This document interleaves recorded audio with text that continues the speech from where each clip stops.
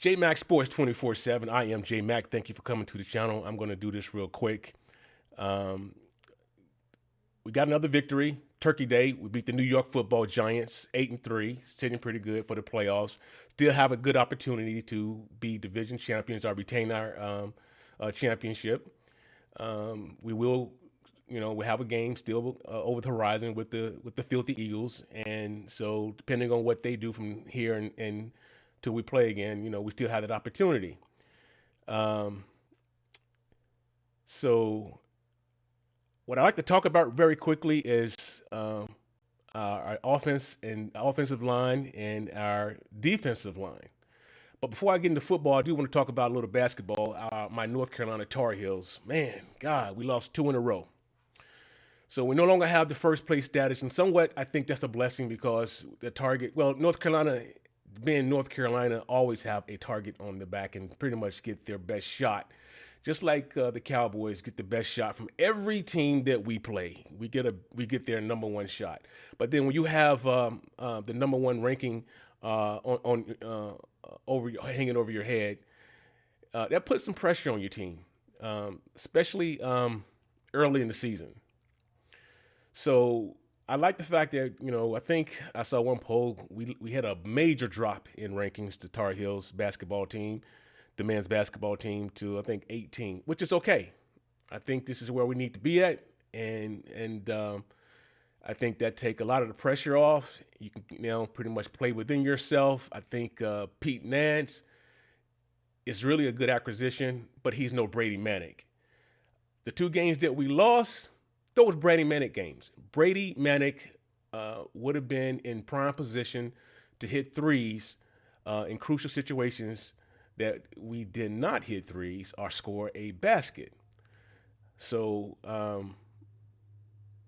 I was somewhat disappointed in R.J. Davis. I had pretty much placed him in the same category with Joel Berry, but I think he still have opportunity to get in that category. I really do. I like R.J. Davis, but he missed some crucial, clutch shots down the stretch. Usually he's in the past he's come through for us, but he didn't this time. So I'm not putting the blame on R.J. Davis or our backcourt. I think our as a whole, we turned the ball over at the wrong time. Well, you should never. It's never a really good time to turn the ball over, but in crucial situations, especially when you're leading and the clock is winding down, those are not. This is not an opportunity to turn the ball over, and that's what we did. Um, we even had an opportunity to tie the game at the end of the game. Three overtimes? Or was it four overtimes? Um, and Pete Nance was inbounding the ball, and unfortunately, the I think I'm not sure it was Leaky Black. I think it was Leaky Black, or it could be I forget who it was, but they weren't on the same page, and I don't know what Hubert Davis said. You know, chalked up for them to what play for them to run to inbound the ball, but they was totally out of sync, and he just threw the ball right to the opposing player, and that time, I mean, the game was over with. So I like where we at right now with basketball. Our girls basketball, the Lady Tar Heels, they're doing well, and I'm just looking for North Carolina to bounce back against Indiana. Back to the Cowboys. Okay.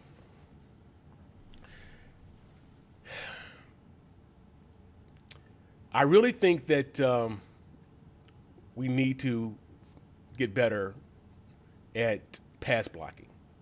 And I found an article, and I'm about to read this article regarding our pass blocking and our run blocking, and then with regard to defense, our stopping the run and pass rushing.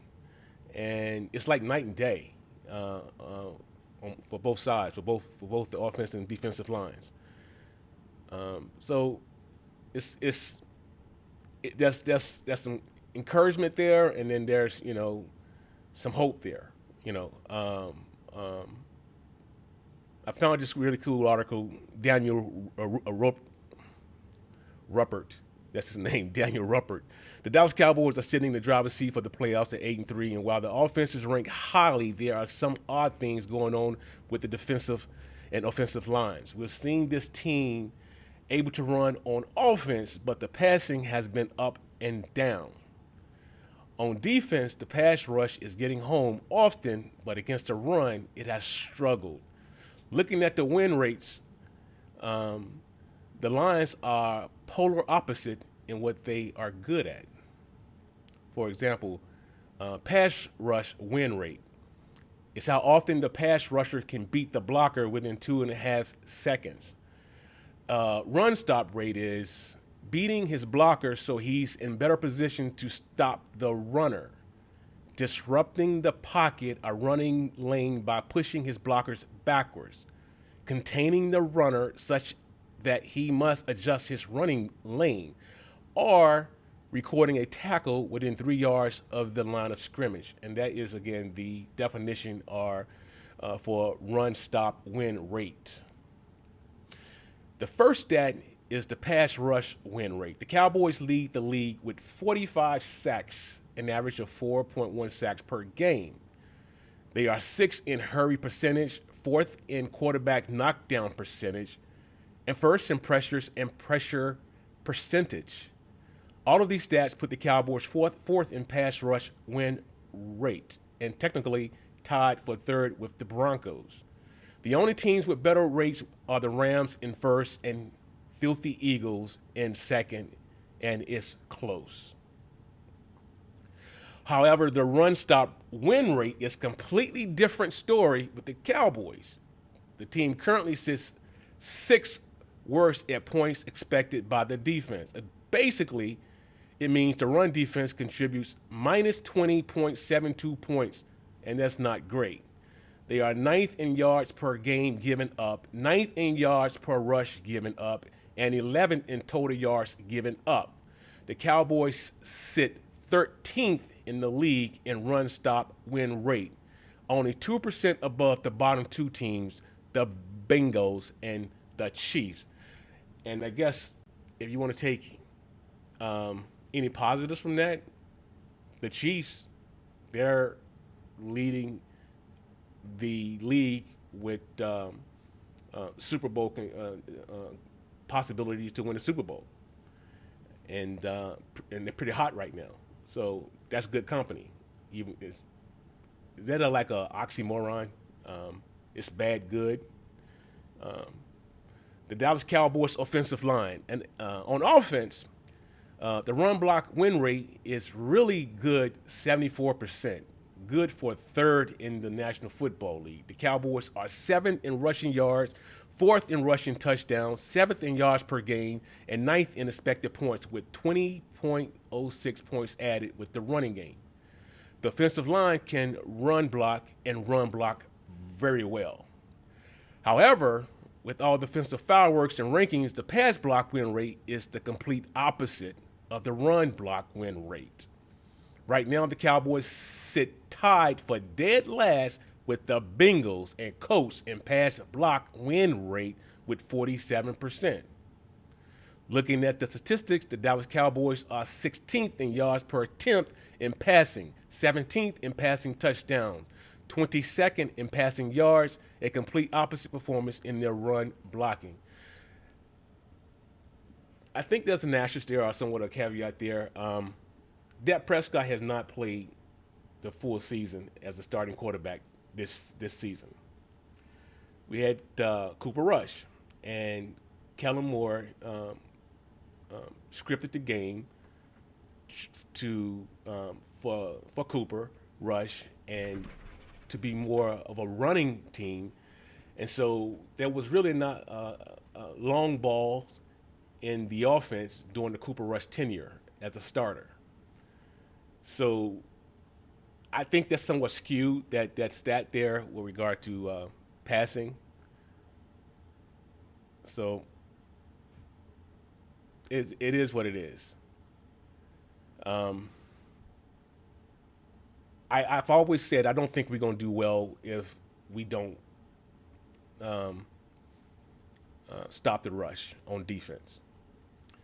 And the quarterback on any team gets the blame, gets the lion's share of the blame when there's an L.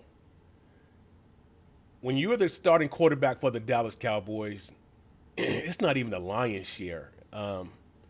It's I mean, you get all of the blame. You get everything. No other entity of a football team is looked at when the Dallas Cowboys lose. It really pretty much falls on the quarterback shoulders for the Dallas Cowboys because he is the most visible person of all sports playing the position of quarterback for the Dallas Cowboys. That's just the way it is.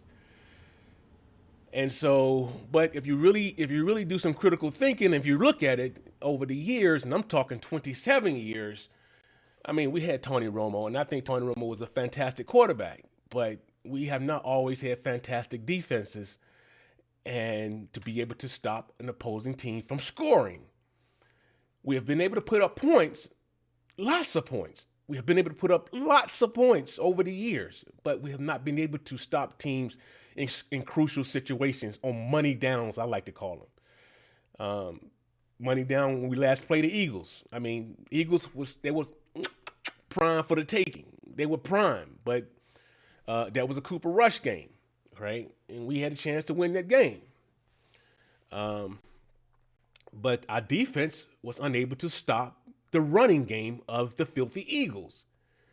So again, this is not looked at when we get into the postseason. If we make to the postseason and we're able to put points on the board and our defense gives up points, yeah, we're killing it with sacks. We're rushing, we're pass rushing, but we're not stopping, and we're not. And then, not in addition to we're not stopping the run, we're when there's a swing pass or a swing sweep, we're vulnerable. We can't stop it. We're not setting the edge on defense. Traditionally, we just don't. We crash in inside, and when our edge rushers are supposed to maintain that edge, but for some reason we just don't do that. We have never done that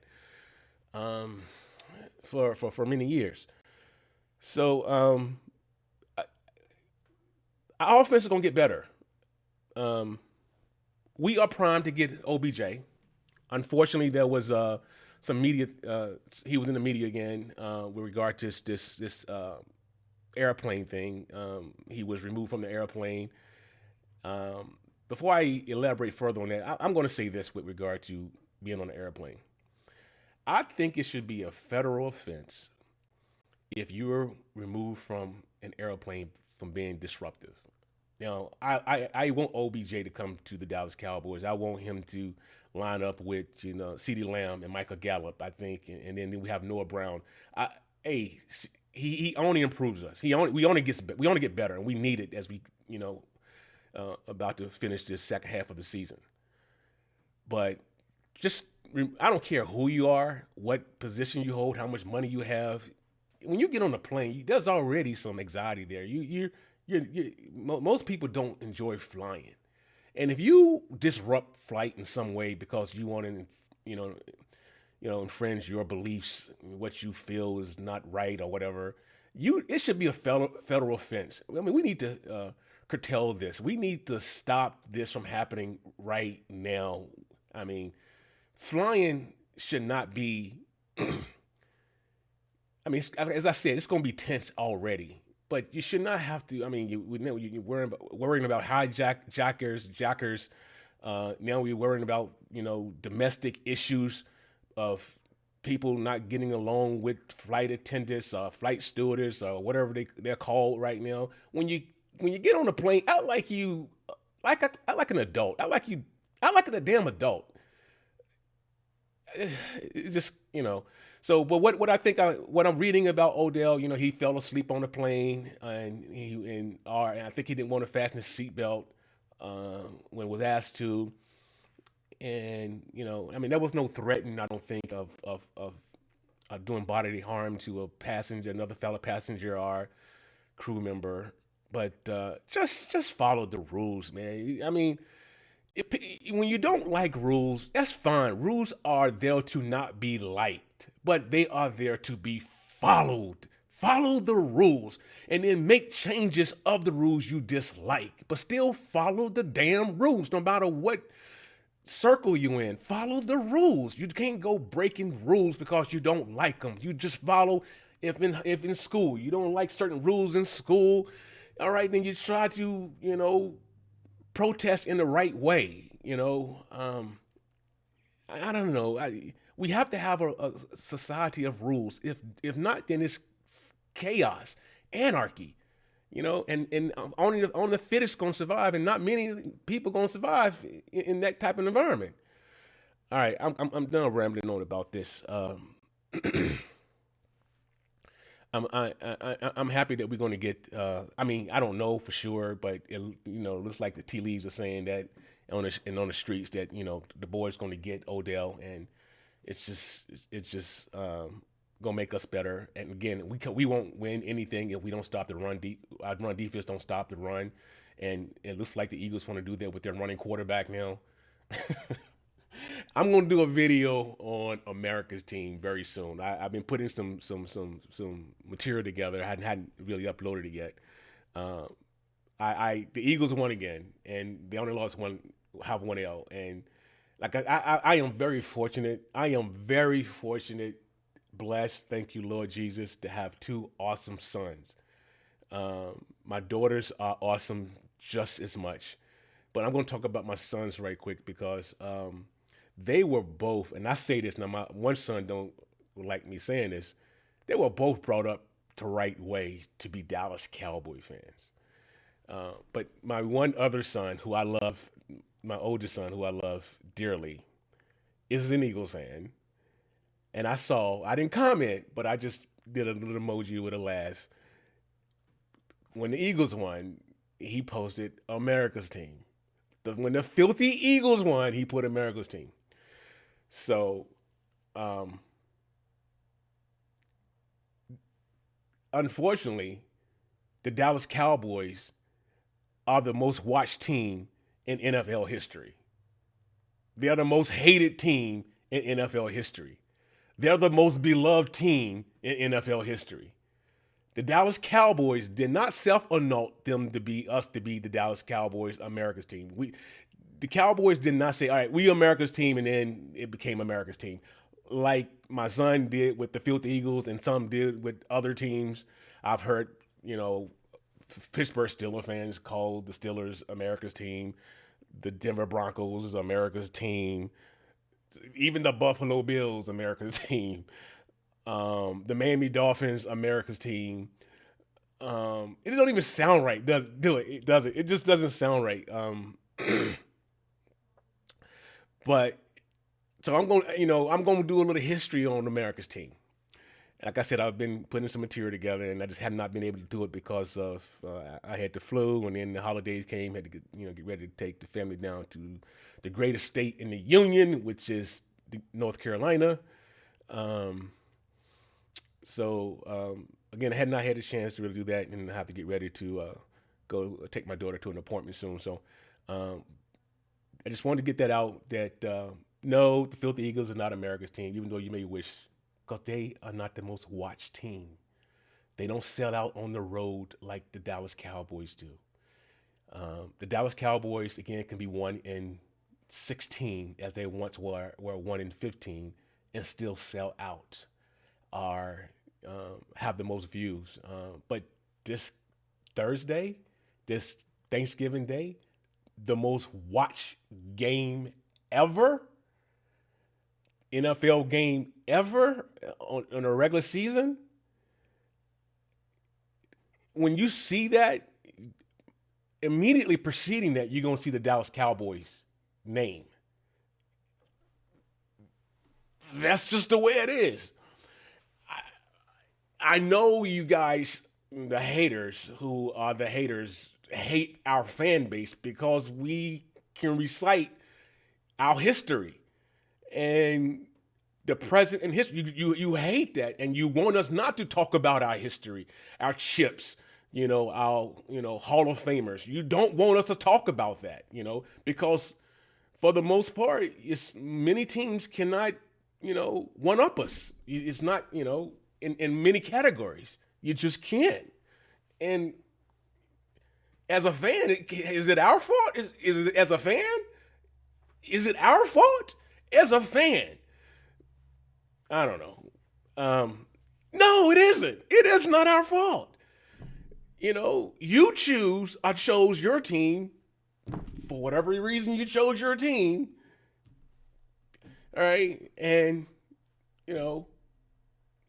other teams had a chance to play on Thanksgiving every Thanksgiving before it was the Dallas Cowboys, when it was just the Detroit Lions. Other teams had that opportunity, but no other owner of franchise wanted it. What? I mean, because you got to watch Dallas every Thanksgiving. It's our fault? It's our fault?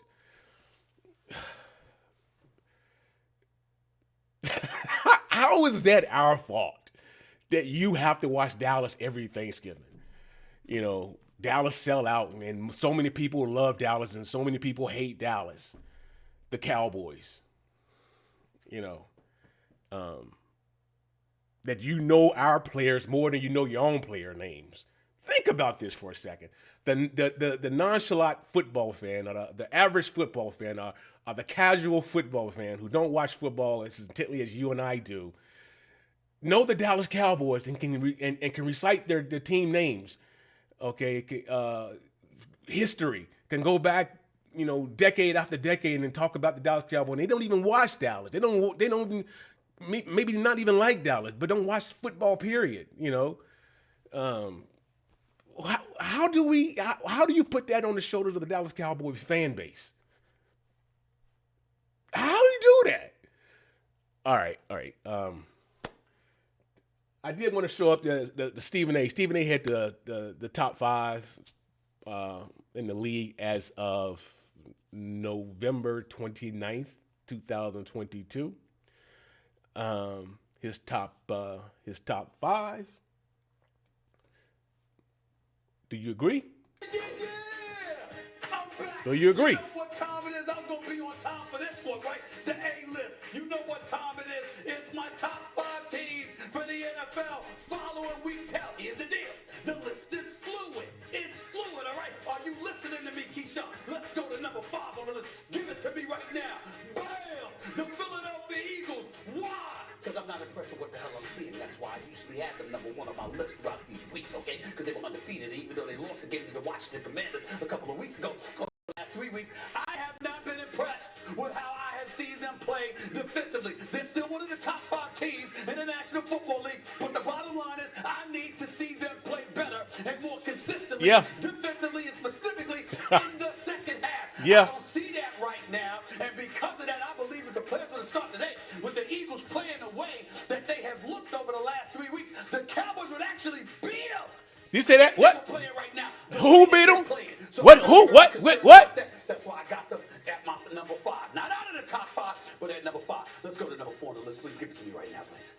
It's the Miami Dolphins. Wow. Why? Because the Dolphins made the list. Because of Tyreek Hill. Wow. Because of Jalen Waddle. He made Stephen A. list. Roshan Johnson.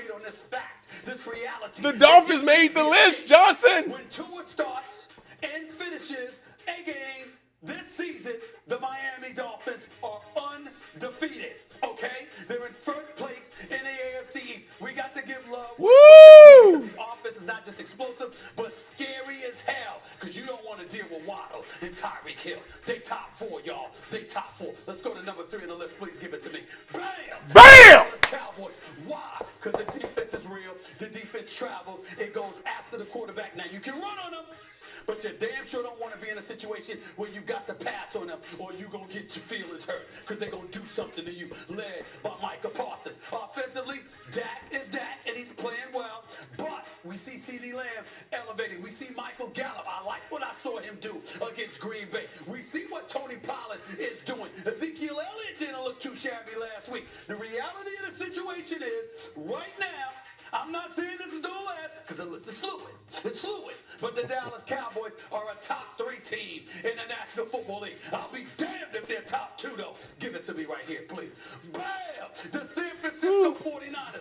Wow. Did you see Bosa and the crew? Have you noticed that over the last 4 games in the second half, they've outscored opponents? I think the number, what is it? It's either 57 or 157 to 0. They haven't allowed a single damn point in the second half of the last 4 games. Wow. I did not know that.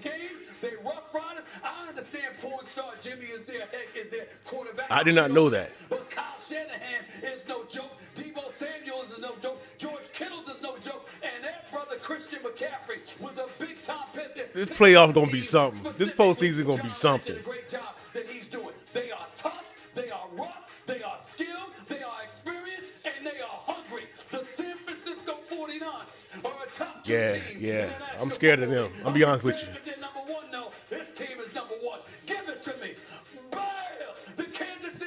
I give it to him. The league MVP. That quarterback can run, filthy Eagles, but he can pass the ball too.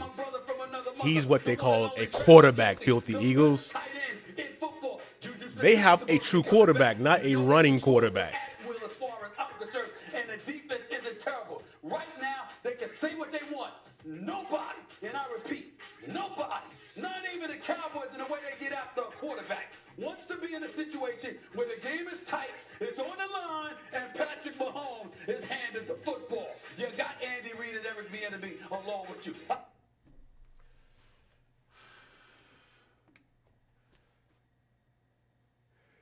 Do you agree with that? Filthy Eagles 5, Dolphins 4, America's Team 3, 49ers 2, and those Kansas City Chiefs. Kansas City Chiefs, number 1. Let's see. Would I change that?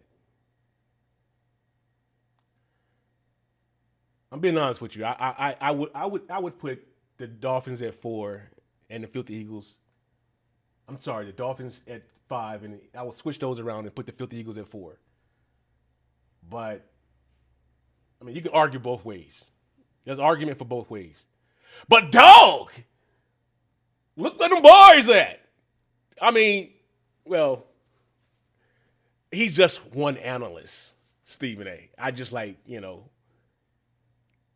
messing with Stephen A. But he's a hater. He's not a compadre. He's a hater. All right, that's going to wrap it up for me. Hey, thank you for coming to the channel, JMax Sports 24/7. If it's your first time coming, I appreciate it if you subscribe to the channel, help the channel grow. I do want to thank a lot of my new subscribers because I have reached 1,000, and I'm really excited about that. To hit 1,000 subscribers in such a short time, that is amazing, especially when I don't know what I'm doing. And I'm learning on the fly. I do anticipate it getting a lot better. But please like, share, and subscribe, and always comment. There's some comments I need to go ahead and answer from the last video that I put up, which got a lot of viewers. Again, thank you for the support. I mean, I'm overjoyed with the support I got for the channel. You sharing it with your friend, you sharing it with your family member, and it's growing, and it's fun. It's really fun. So. I am going to talk more about my Tar Heels, and as the season goes on, but it's still really early for college basketball. I mean, we're in November, but those Cowboys, we still have a really good chance to make some really serious noise. So again, thank you for coming by. Please please, hey, hit that turn on your that bell where when I send up a new video, you get a notification. So make sure you hit that bell or turn that bell on and smash that like. Smash the like, and show the video. Watch it again. If you watch it one time, watch it again. Really appreciate it. Peace. 2 fingers.